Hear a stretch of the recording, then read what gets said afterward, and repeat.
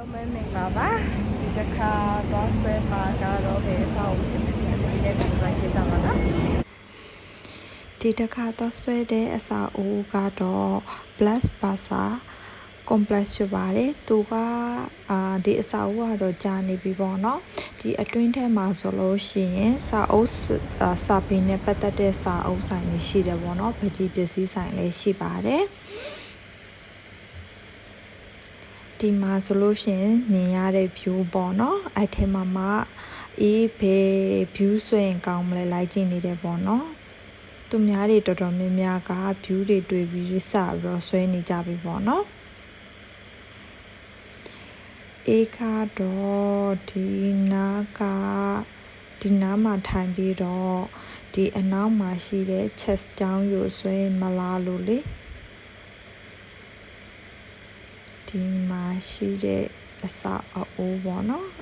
အေးထိုင်တဲ့နေရာကနေပြီးတော့လဲလမ်းမြင်နေရတယ်ဗီဒီယိုရိုက်ဖို့လည်းအဆင်ပြေတယ်ပေါ့နော်အဲ့တော့အဲ့နေရာဆိုရင်အဆင်ပြေမယ်ထင်တယ်ဒီမှာဒီအဆောက်အဦလေးပေါ့နော်အဲ့ဒါလေးကိုဒီနေ့ဆွဲပြမှာဖြစ်ပါတယ်ရှင်ဒီပထမတခါစ join တော့နေပူတဲ့ဆွဲတယ်ပေါ့နော်အကိုကတော့နည်းနည်းလူလေးကြက်တက်လာပြီပေါ့နော် coffee ဆိုင်ထဲမှာသွားဆွဲမယ်ပေါ့နော်သူများတွေကဒီ toast bar အရှိကိုပုံဆွဲနေတယ်ပေါ့နော်ဒီ view toast bar အရှိရ view ပုံဆွဲနေကြတယ်အေးကတော့ခုနချက်ချောင်းလေးကိုဒီ toast bar ထဲကနေပြီးတော့သွားဆွဲမယ်ပေါ့နော် toast bar မှာထိုင်ပြီးတော့ဒီပုံသွားဆွဲမယ်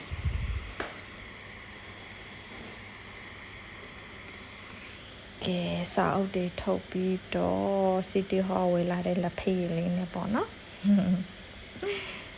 ဒီအစာအုံလေးကိုဆွဲမယ်အရှိမတစ်ပင်နေရဲ့ပြီးတော့အနောက်က main bearing ဖြစ်တဲ့အဲ့ဟာလေးကိုအဓိကထားပြီးတော့ဆွဲတယ်ပေါ့နော်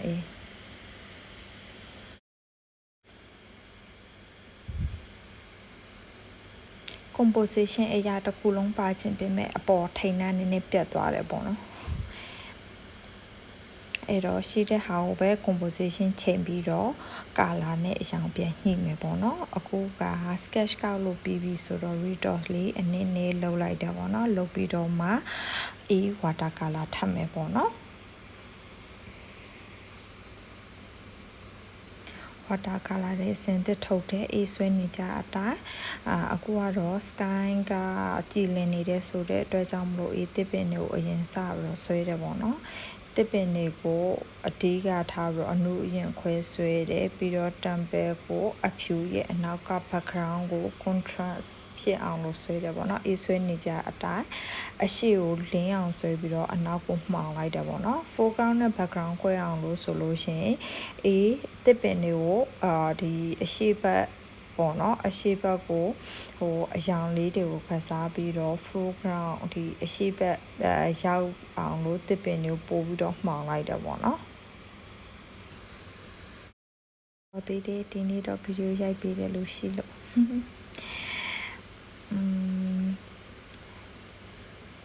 တစ်ပင်တွေကို foreground အနေနဲ့ဆွဲလိုက်တော့အနောက်ကဟာကအလိုလို middle ground ဖြစ်ပြီးတော့ background ကိုကြတော့ကိုကအရောင်အရင်ကိုထည့်မယ်ပေါ့နော်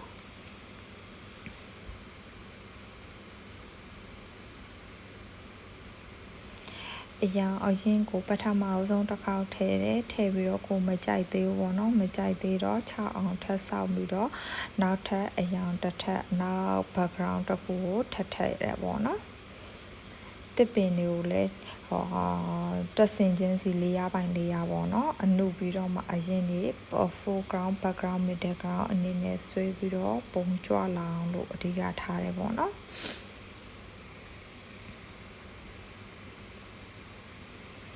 ဒီမှာနောက်ခံ background အရောင်လေးထည့်တော့ဒီအစာအုပ်ကြီးကြွလာတယ်ပေါ့နော်အဲ့မှာcomposition တစ်ချက်ကြည့်ပြီးတော့လိုအပ်တဲ့တစ်ပင်ပင်စီတွေကိုထပ်ပြီးတော့အရောင်ထပ်ထည့်ပေါ့နော်တစ်ထပ်ပို့ပြီးတော့ဒီဆွဲနိုင်လို့ရှင်တော့ပိုကောင်းပါတယ်အေးကတော့ sketch ဆိုတဲ့အတွက်ကြောင့်ကျဉ်းလေးပဲဆွဲဖြစ်ပါတယ်နော် ဒီတစ်ခါသွား join တာကတော့ urban sketch စင်ကာပူ group ပေါ့နော်ဒီ group อ่ะဆိုလို့ရှိရင်ဒီလစဉ်ရဲ့စနေနေ့နောက်ဆုံးအပတ်မှာရှိတယ်ပေါ့နော်အဲ့ဒါကိုသွား join ဖြစ်တယ်ပေါ့နော် join ဖြစ်တဲ့ဟာလေးကိုဗဟုသုတရအောင် share ပေးခြင်းလည်းဖြစ်ပါတယ်ရှင်ကိုကတော့ပုံလေးပြီးတော့ဒီဆိုတော့ရှောက်ပဲကြည့်ကြရအောင်နော်ကိုတော့ပတ်စကပါပုံလေးတော့ဆဲလေပြီးတော့သူများတွေဘယ်လိုဆုံးလဲဆိုတာရှောက်ပဲကြည့်ကြရအောင်ပုံဆွဲတာကသူက2နာရီ9ခွဲကနေပြီးတော့15အထိပေးထားတယ်ပေါ့နော်ကိုကအဲ့ထဲမှာနောက်ကြတာလည်းပါတယ်ပြီးတော့ sketch ဆွဲတဲ့အချိန်1နာရီလောက်ပဲပေးပြီးတော့ကျန်တဲ့သူများတွေဘယ်လိုဆွဲလဲဆိုတာ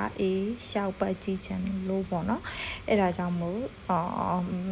ပုံဆွဲတာကိုအချိန်1နာရီပဲယူတယ်ပေါ့နော်သူများတွေတော်တော်များများဒီ day ဆွဲကြတယ်ပေါ့နော်ဒီမှာဆိုလို့ရှိရင် toast box အရှိမဆွဲနေကြတာပေါ့နော်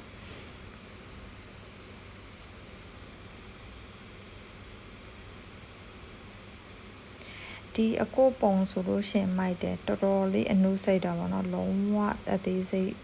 ဒီ day ဆွဲနေတယ်ပေါ့နော်အာရပါရထိုင်ဆွဲနေတာ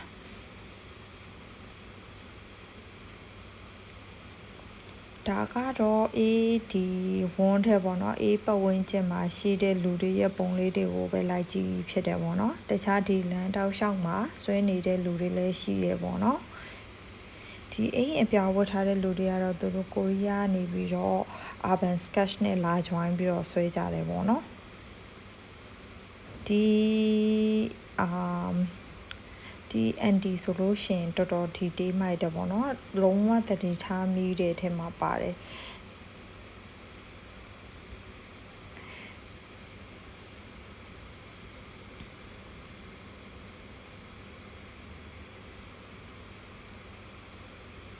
colorful လေးတွေနဲ့ဒီဘက်က view ထိုင်ဆွဲနေကြတဲ့လူတွေပေါ့နော်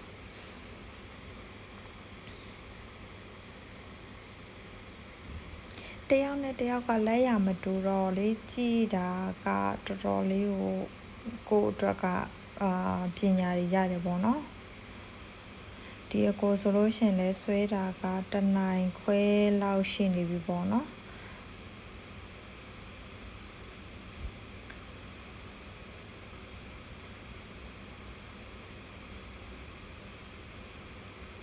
သူများတွေလည်းပြီးလို့နောက်တစ်ပုံဆက်ဆွဲနေကြတယ်ပေါ့နော် view ကိုနောက်တစ် view ပြောင်းပြီးတော့ဆွဲတယ်ဒီတယောက်ကတော့လုံးဝသတိထားမိတယ်ပါတယ် composition မိုက်တယ်ပေါ့နော်သူက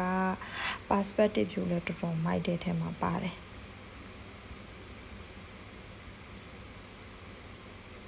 ကိုကပြီးသွားပြီဆိုတော့တစိကောင်းသွားထုံမယ်ပေါ့နော်သူတို့ရဲ့ international ဖြစ်တဲ့ urban international group ပေါ့နော် group မှာပုံဆွဲပြီးလို့ရှင်ဒီလိုတစိကောင်းလေးတွေလည်းနှိပ်ပေးတယ်ပေါ့နော် urban sketcher စင်ကာပူအနေနဲ့အဲ့ဒါကိုတစိကောင်းကိုကြိုက်တဲ့တစိကောင်းကတော့3မျိုး3စားရှိတယ်ပေါ့နော်ကိုကြိုက်တဲ့တစိကောင်းလေးတွေလည်းပြောပြီးတော့နှိပ်လို့ရပါတယ်ကိုကတော့တစိကောင်းလေးလဲနှိပ်ပြီးွားပြီဆိုတော့သူတို့အချိန်စီဝိုင်းပေါ့နော်12:20ဆိုလို့ရှင်ဒီနာဆုံးမဖြစ်တဲ့နေရာမှာကိုရီစုံကြတယ်စာအုပ်တွေတက်ရောက်ချင်းစီတိုင်းကသူတို့ရဲ့ပကြီးတွေကိုချပြီးတော့ထပ်ပုံတူတူရိုက်ကြတယ်ပေါ့နော်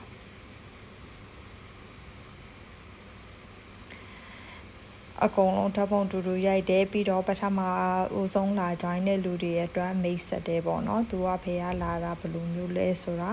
မိတ်ဆက်တဲ့စကားပြောကြတယ်ပြီးတော့ကြတော့ဒီမှာမဲဖောက်ပေးတဲ့ဟာရှိတယ်ဆိုလို့ရှင်လဲဒီလို group မှာဆိုလို့ရှင်ဖကြီးကားကိုရွေးပြီးတော့မဲဖောက်ပေးတယ်ပေါ့နော်ဒီနေ့တော့မိုးရွာနေတဲ့ဆိုတဲ့အတွက်ကြောင့်မလို့မြန်လို့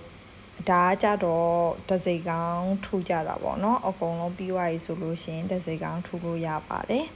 ဒါကတော့ကိုရီးယားတစိကောင်းပေါ့နော် urban sketch အဲ့ဒါလေးလည်းကိုအမှတ်တရအနေနဲ့တင်ထားခြင်းတဲ့အတွက်ကြောင့်မလို့တစိကောင်းထူလိုက်ပါတယ်ဒါပါပဲရှင်ဒီ channel လေးကိုကြည့်ကျင်နေဆိုလို့ရှင်တော့ like and subscribe လုပ်ထားပေးပါနော် နောက် channel တွေကြမှာပြန်လဲဆုံတွေ့ကြရအောင်เนาะတတာ